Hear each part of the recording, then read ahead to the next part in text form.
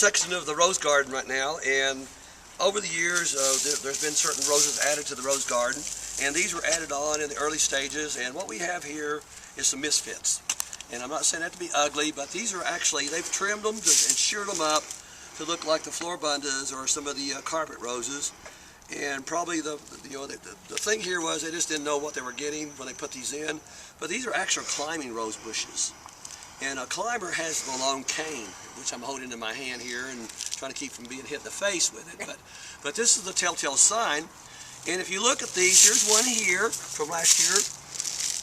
This was a cane. You have the arching back of the cane coming up, and it started to go out towards the edge of the box here, and they whacked it off, but it would have went on out past the rose garden here.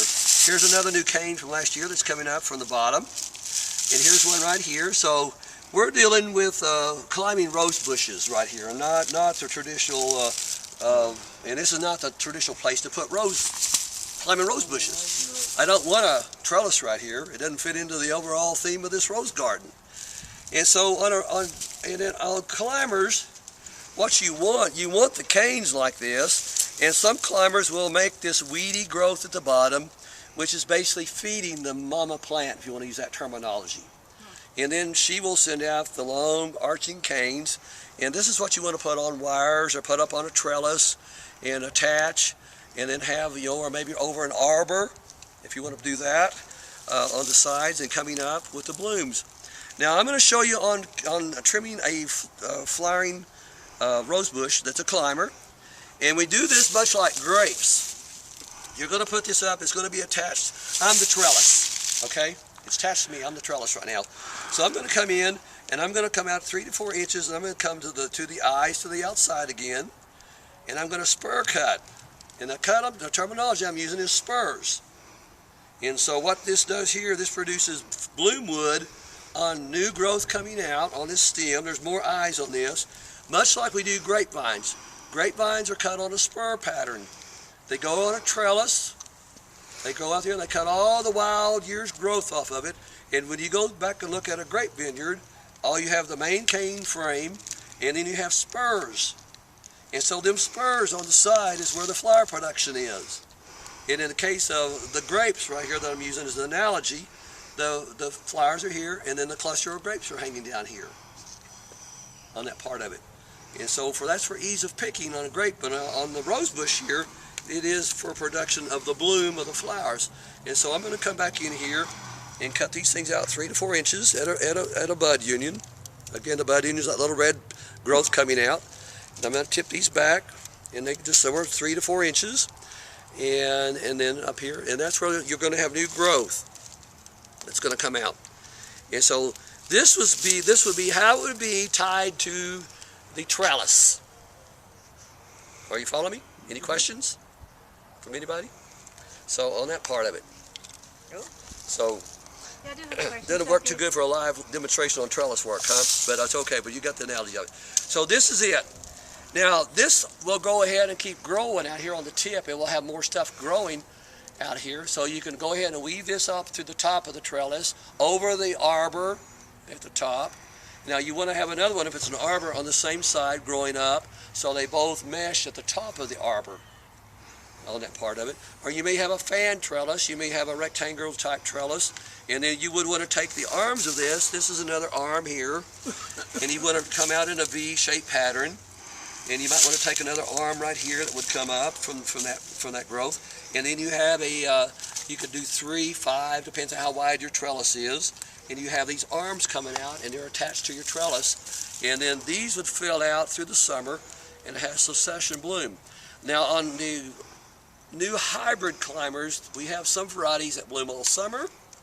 Some of the older varieties like Blaze, Orgold, that's a yellow one, those only bloom real heavy in the summer.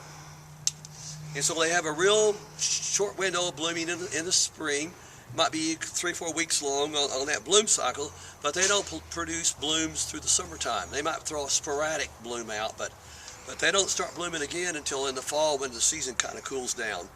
So it's basically on those older varieties, it's a flush of spring growth, or and blooms on that. Where now some of the newer, like Don Juan, is one of those older varieties that will bloom pretty much through the season on that one.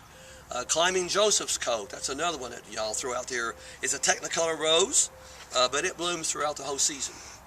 So you kind of come in and trim, and then again you're going in and deadheading and cutting back to the 3 and 5 leaves.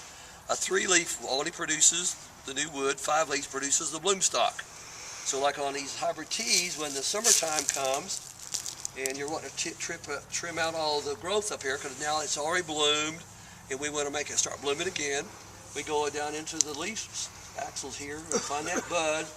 You find a 5th leaf.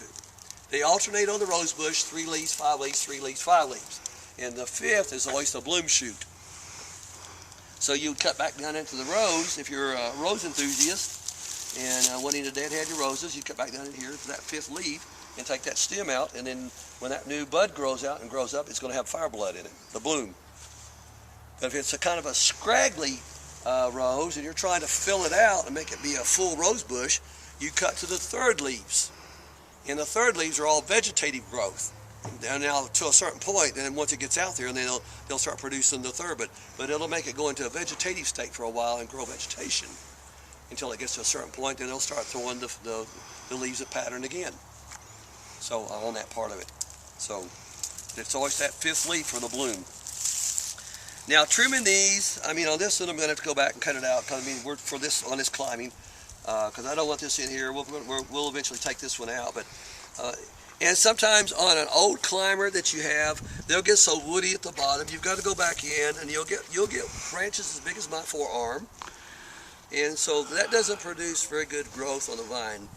You know, it's just old wood. So you want to go back in again down here where you have an eye that's going to the outside, or maybe this is going to lean up next to the trellis, and you could do a frontal eye that's going to be growing out, because at the back of it's going to be on the trellis and tied to the trellis. So if I was a trellis, I'm going to cut to this eye right here that's sticking out towards you guys out here looking at me. And so I'm going to take this cane out, and then it's going to, and when it starts growing again with new stuff, I will tie it up and tie it up. And you don't want to tie these tight with wire or with zip ties real tight. You want to have them kind of loose where you're not cutting into the green tissue on these rose bushes. And the wind in New Mexico is going to do this. And so if you got a piece of wire, baling wire, and it's tight, then it's going to be cutting that green tissue. And then you got a point of entry again for damage to the plant and bacteria and viruses to get in the rose. So do something loose. Take some strips of burlap bags, strips of old tea towels, old house towels, and cut them in thin strips, and then tie it like a shoelace up there and tie that to the wood. And that way it's not cutting into the green tissue. So on that part of it. And there's a vinyl tape you can buy, and it's a vinyl green tying tape, and it stretches like electrician's tape. It's stretchy, and you can use it. It doesn't. But now a lot of people like to wrap that stuff around there, and again, it's vinyl, and so it's got constriction. And so out here in the heat of the sun, if you wrap that too tight, and then it kind of welds itself on there, you can strangle it with that. So I'm giving you some tips for New Mexico here in the heat of the desert. So use the cloth. And that way that cotton material can kind of rot and expand and do what nature does to it, you know, and that part of it. So nylon pieces, again, it can be loosely tied, but if it's just strips of nylon material, polyester, you're going to put that death knot on it if you don't watch it, you know, because we forget it may be a little thin stem here in the spring, but by summer's time that stem has grown out like my finger. And when you look back down there where you've got it tied, it's like a constriction. You know, you got everything bundled up right there in the little old tiny knot, and you got big stem down here and big stem up here, but it's got that girdle on it. I'll use that term. So we don't want to do that. So, but again, I'm for sake of time on this one, because I'll come back in and basically trim this out like I did the floor abundance over there. But we are going to move these out and get rid of them because they're in the wrong place.